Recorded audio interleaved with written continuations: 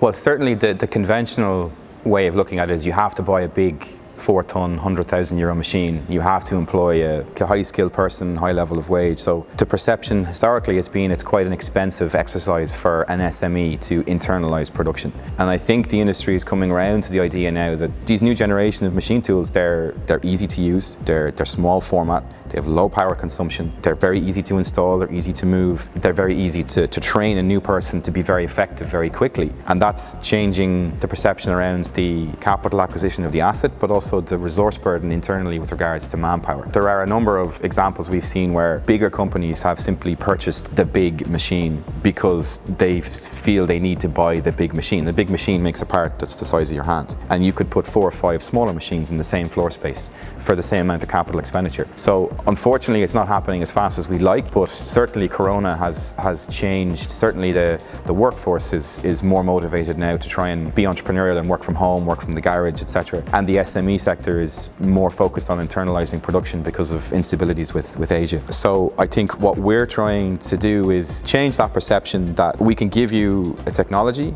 that's affordable, that's robust, that's accurate, that's easy to use.